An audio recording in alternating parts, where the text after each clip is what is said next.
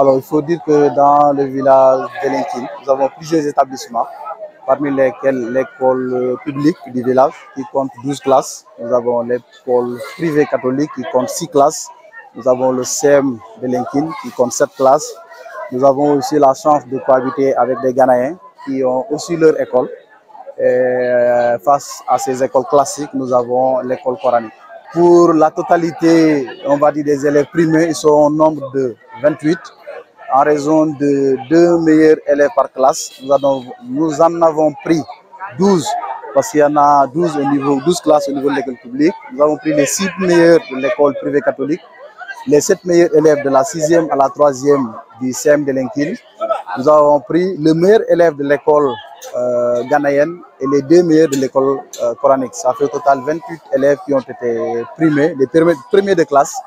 En plus des premiers de classe, nous avons aussi jugé pertinent, toujours dans l'optique de stimuler en tout cas cette excellence, cette volonté en tout cas d'inculquer l'excellence à ces jeunes, de primer les meilleurs des meilleurs, c'est-à-dire les meilleurs de chaque école. Donc au total, on a eu le meilleur de l'école publique d'Elenkin, le meilleur de l'école privée catholique d'Elenkin, le meilleur du CEM d'Elenkin, le meilleur de l'école ghanéenne et le meilleur ou les 2 meilleurs de l'école coranique. Ça fait au total 7 meilleurs ont été primés, et les meilleurs d'école évidemment. L'initiative est née tout simplement d'un constat. Au-delà même du constat, on va dire même de notre expérience personnelle. Nous sommes des enfants nés et grandissés à Elenkin. Qui dit Elenkin pense à la pêche. Qui dit Elenkin pense à son caractère cosmopolite. Je disais tantôt que nous avons au moins 10 nationalités dans ce village. Donc c'est dire que l'éducation n'est pas le seul référentiel.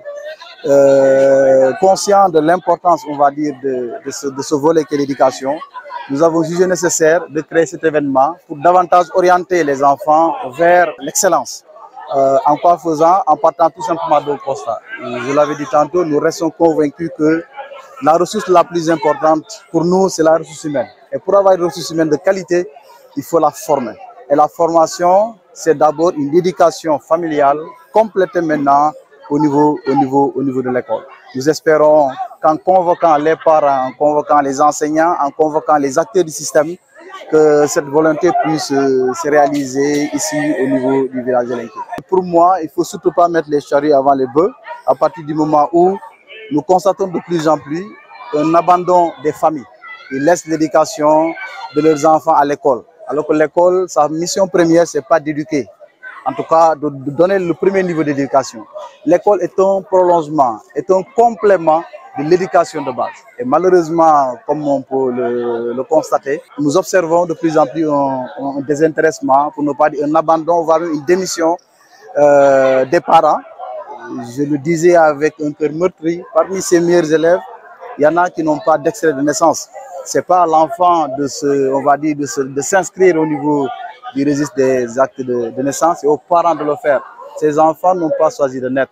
Ils sont là, ils ont eu la chance, pour moi, je dirais qu'ils ont la chance de vivre à Elenkin parce qu'il y a des contrées plus difficiles. Il n'y a pas d'eau, il n'y a pas Internet, il n'y a pas d'électricité, il n'y a rien du tout. Et en plus du fait qu'il n'y a rien, il y a la guerre. Ici, nous avons la paix. Nous connaissons tous, vous avez derrière vous un fleuve qui nous, en tout cas, gratifie de cette brise marine. Qu'est-ce qui nous empêche véritablement de porter, d'encadrer et d'accompagner ces enfants? Donc le levier principal, il est surtout dans la sensibilisation des parents de famille. Une fois que ce travail est fait à la base, l'enseignant aura le temps de se concentrer sur son programme scolaire et non pas de jouer ce premier niveau d'éducation qui consiste à redresser l'enfant.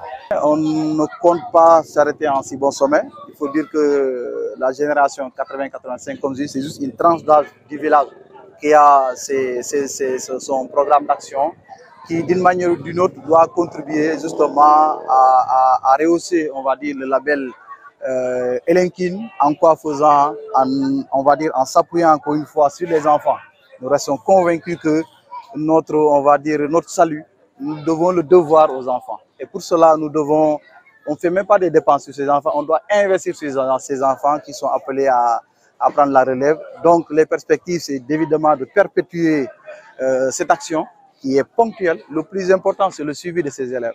Je le disais, ils pensaient que c'est trop de le dire, mais en face de nous, on avait des enfants innocents qui demain seront ministres, seront députés, seront directeurs, seront, on va dire, capitaines de l'armée.